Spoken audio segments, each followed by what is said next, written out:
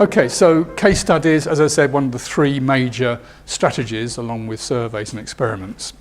What is a case study? Well, I'm going to borrow this definition from Colin Robson's book.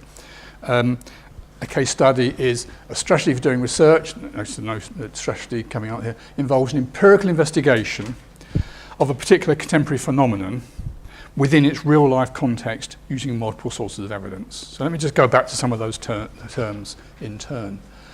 A particular contemporary phenomenon. So it's particular suggests there's one of them, although that's not always the case. It might be several, whatever it is, units, cases in a case study. It isn't always one case study. Sometimes it is, but can be several, and I'll talk about that in a later slide.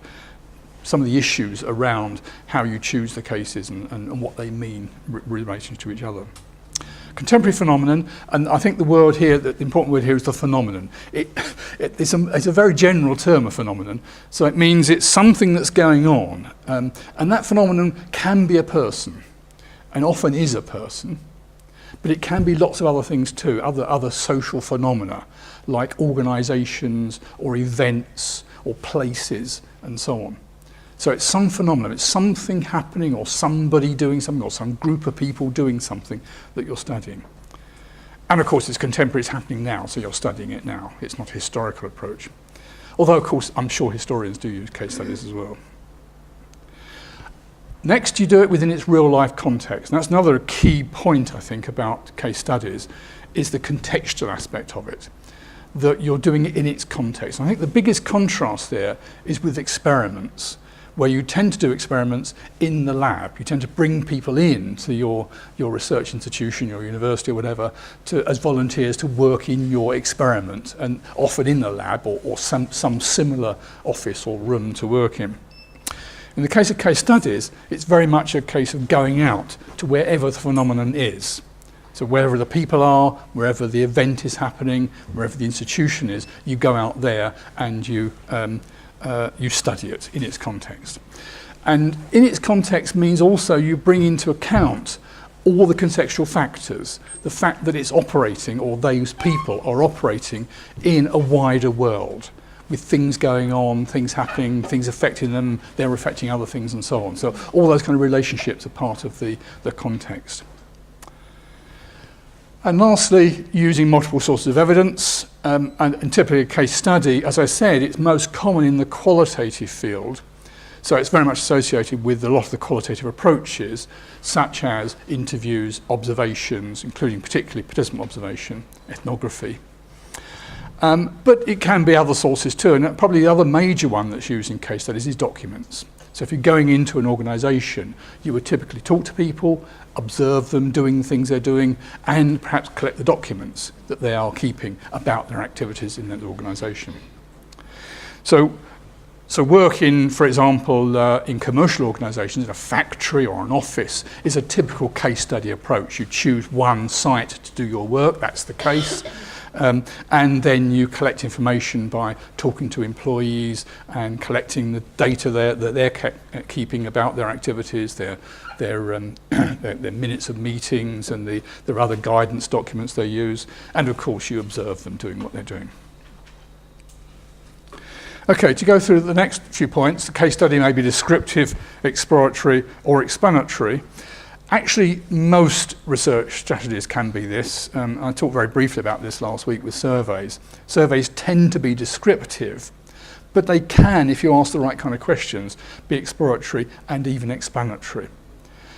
The same is true of case studies. I mean, they are probably most well known for a kind of, I guess, an exploratory approach to things, the second one down here, where you're exploring an area. And in fact, the reason why people often use case studies is because not enough is known about the area to use any other kind of technique. You can't design a questionnaire unless you know what questions to ask. You can't design an experiment unless you know basically how people are going to respond within certain bounds to your experimental manipulations.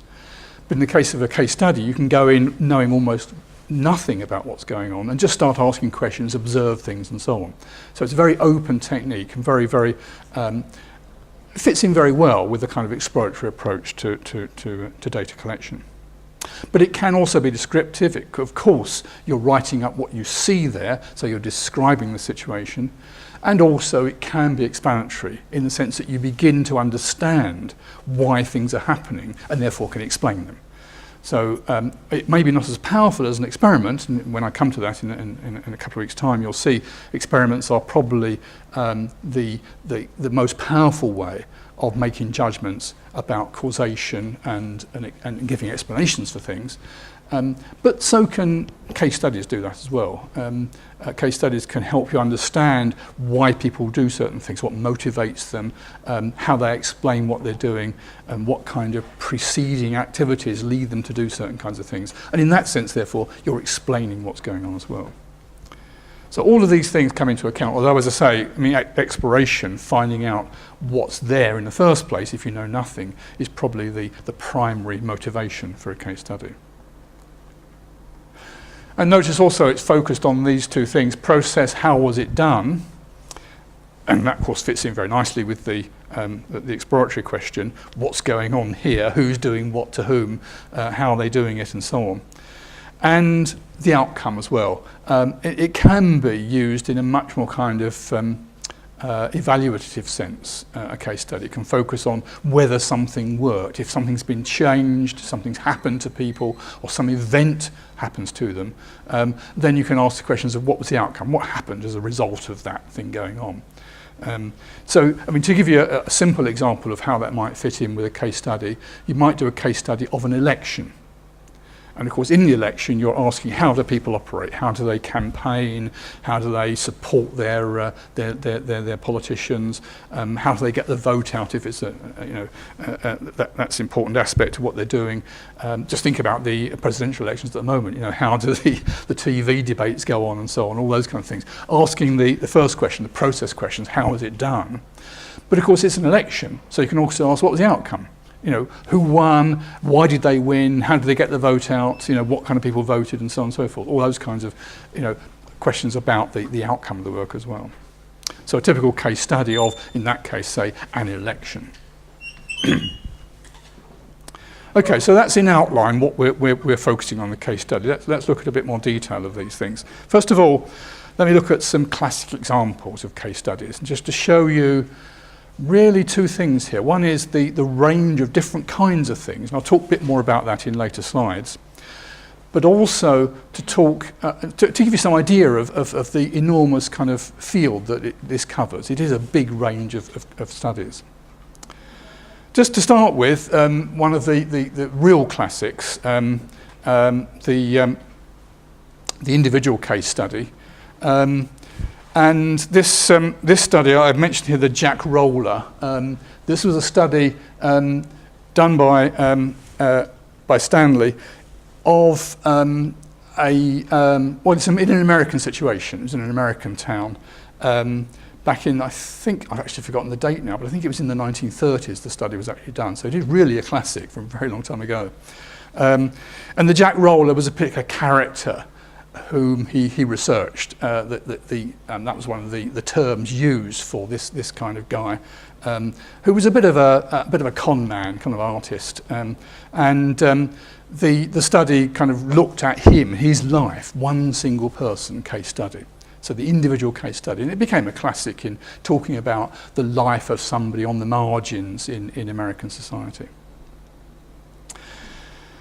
You can also have sets of case studies, individual case studies, and I mean, just as an example of this, I mean, I don't think this has actually been carried out, but three general practices you might study. So if you're looking at the health service and you want to look at some of the changes, particularly now with the big changes going on in the role of general practitioners in the health service, you might do a contrast of three different general practices. So looking at three single practices. Notice here the practice is the case, the practice is the group of doctors and all the other ancillary workers, the nurses and the receptionists and so on, who work together to do the work of the practice. And you might compare 3 individual practices that way, perhaps picking a very large one, a very small one, or one out in the countryside and one in a town and one in the suburbs and so on, to get a range of different cases. I'll talk more about that kind of procedure of how you pick separate cases in a later slide. Going a bit further there, another classic area of case studies has been the community studies approach, where there are loads of people involved, lots and lots of participants, whole communities, may even be thousands of people involved, but it's one community, it's picked upon for some particular reason. And just to give you 2 very diverse examples here, there's a classic study done back in the 1950s originally, went into the 60s I think, on family and kinship in East London, where the researchers, sociologists doing the work picked an area of East London, a fairly poor district of East London, and they basically did a very intensive case study with the people living there, and they stayed there, they interviewed them, they recorded what was going on, they observed them, they of course kept documents that were being kept about the local authority, by the local authority and so on.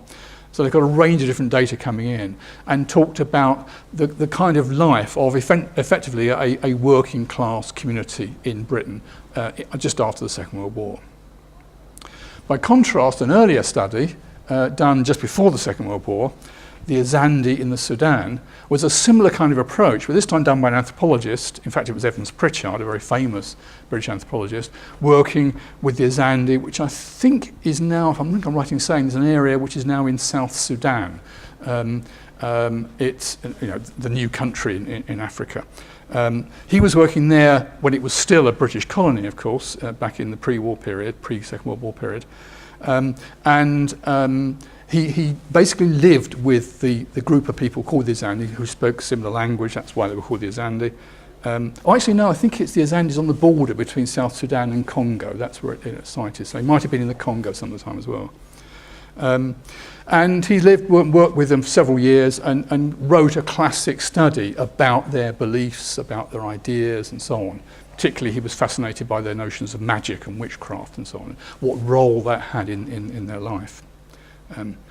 So, 2 community studies, one anthropological and one based in the UK, and a much more kind of sociological approach to things, but using similar techniques of observation and so on. There have been other studies looking at social groups. So rather than defining it by a place, the town in the case of the East London study, or the villages and the area in the case of the Azandi study, in this case, the definition of the case is by virtue of some kind of social phenomenon. And in this case, I've chosen as an example how Becker's study of marijuana smokers. And again, it's quite an old study, going right back to the 1950s and 60s period. But he basically chose just a few people who were regular smokers of marijuana or hash or whatever they called it, and were also musicians. And the things were tied up together. Being musicians was tied up with drug taking and so on amongst that group of people. So a small group of people defined by their social position of being musicians and drug takers, and looked at how their lives were led, how their drug taking basically was part of their musical life and so on. It's a study that came up with the idea that you have to learn how to appreciate the effect of drugs and things like this. That in fact just taking drugs isn't good enough, you're having to learn certain things with it as well. Going further to the larger scale, we can define actual organisations, institutions. I've already mentioned the idea of studying an election. You could say the political parties involved, for example. But in these cases, these are studies of particular organisations. In one case, working for Ford, it was a car factory. Hugh Benyon study of that. We actually went to live and work inside the factory, and worked with the workers in the factory, worked alongside them, observed them, and of course talked to them and so on, in that typical anthropological fashion, or ethnographic fashion. In contrast, Nigel Fielding I think it was his PhD study, so many years ago now, about 30 years ago, studied the National Front. And what he did was actually, as a postgraduate researcher, quite a dangerous and quite a brave thing to do, I think. He actually joined in the National Front. He actually went along to meetings and activities with them and talked to them, of course, to find out what they thought. A real insight into what the National Front is a far-right organisation, or it was then. I think it's now defunct, been taken over by other far-right organisations, but a kind of a fascist-type organisation in British politics. Quite a dangerous thing to do, to get involved in that, particularly with the kind of things he came out and published later on. He wasn't sympathetic, I have to say, to them. So quite an interesting... Did he do that sort of undercover, or did they know that he was doing that? I think it was partly undercover and partly not. There was, I think some people then knew that he was a researcher, but a lot of them didn't know. It wasn't, you know, he didn't kind of wear it on his... Well, I don't know about echelons, but maybe some people knew where he was from and what his background was, but not everybody did. And I'm actually not sure. You're right. In some cases, it's done that way. You get permission at the top, but those lower down don't know. But I'm not sure he did that. It might have been he had certain neighbours of his or something knew it and knew his background, but actually maybe other people in the higher echelons didn't know what was going on. There certainly was a big fuss after he published his results that the National Front weren't at all pleased about the results. And then last example, some events as cases. In this case, I've given two things. I suppose I'm not even sure really whether housewife is an event as such. It's a role, isn't it, really, rather than an event, but other kinds of things, roles and relationships. Anne Oakley's study of called Housewife, the book she published, was a study of what it was like to be a housewife. And it was a very important study in suddenly bringing open an area that hadn't been studied before by sociologists, and of course was accounting for probably close to half the population's experience of life, what it was like to be a housewife.